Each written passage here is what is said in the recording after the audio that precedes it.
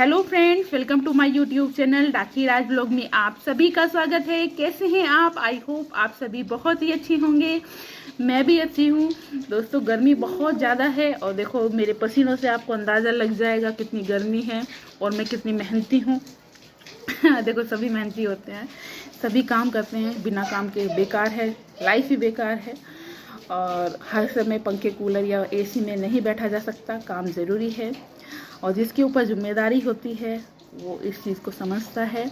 तो दोस्तों, मैं आज सपना की जेठानी यानी डॉक्टर रेखा के बारे में चर्चा करने जा रही हूँ। डॉक्टर रेखा सपना की दूर के रिश्ते की जेठानी है और मतलब बुआ सास के बेटे की बहू है। और सपना से ही मुझे उसके बारे में पता चला था जब सपना के खिलाफ डॉक्टर रेखा ने एक मतलब गलत वीडियो डाल दी थी। तो डॉक्टर रेखा के बारे में हमारी इमेज बहुत ख़राब थी।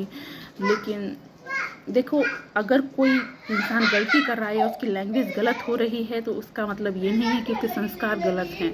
उसके साथ घटना ही ऐसी हो रही है कि वो उस तरह का हो चुका है कि उसे अच्छी बात नज़र ही नहीं आ रही है। मतलब मेरा मानना ये है कि ताली, एक कहावत है ना, ताली एक हाथ से नहीं दोनों से बजती है। ये सच्चाई है, ताली दोनों हाथों से बजती है।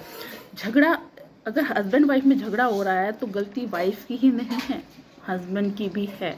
हस्बैंड भी अपनी गलती स्वीकार करे।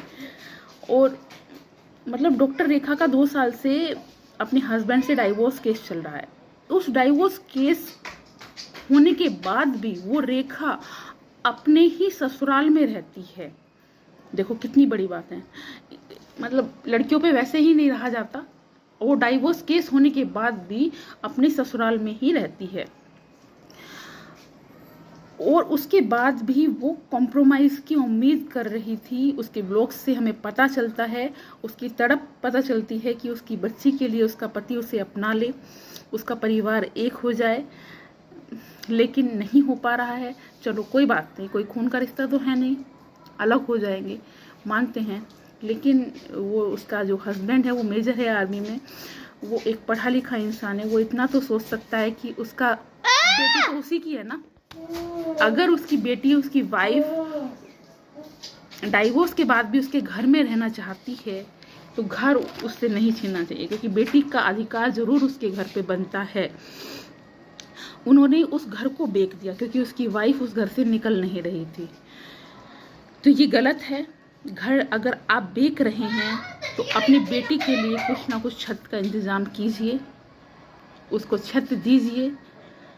आपकी यहाँ पे गलती है, आप घर नहीं बेच सकते। अगर आपको बेचना है, पैसों की कमी है, कुछ भी कमी है आपके घर में, तो प्लीज़ आप अपनी बच्ची को कोई भी घर लेके दीजिए, किराए का घर दीजिए, कुछ भी दीजिए, अपनी बच्ची के लिए छत का इंतज़ाम कीजिए। पत्नी के साथ नहीं रहना, चलो मानते हैं आप एक नहीं हो सकते, आपकी रिश्ते इतने ख़राब हो चुके हैं। गलती दोनों साइड से होगी, हमें नहीं पता। हम तो दूर बैठ के कमेंट्स कर सकते हैं या डॉक्टर रेखा की ब्लॉग्स को देख के उसका पक्ष ले सकते हैं, क्योंकि हम प्रदीप जी को नहीं जानते, ना वो ब्लॉग बनाते हैं, ना ही हमारा उनसे कोई कांटेक्ट है। हम सिर्फ डॉक्टर रेखा को जानते हैं। डॉक्टर रेखा को भी ब्लॉग से जानते हैं 10 मिनट के। वो कहती है कि उसने बहुत परेशानियों का सामना किया। देखो, परेशानियों का सामना हर इंसान करता है। जिसके सामने जो परेशानी आती है वही इंसान उन परेशानियों का सामना करता है।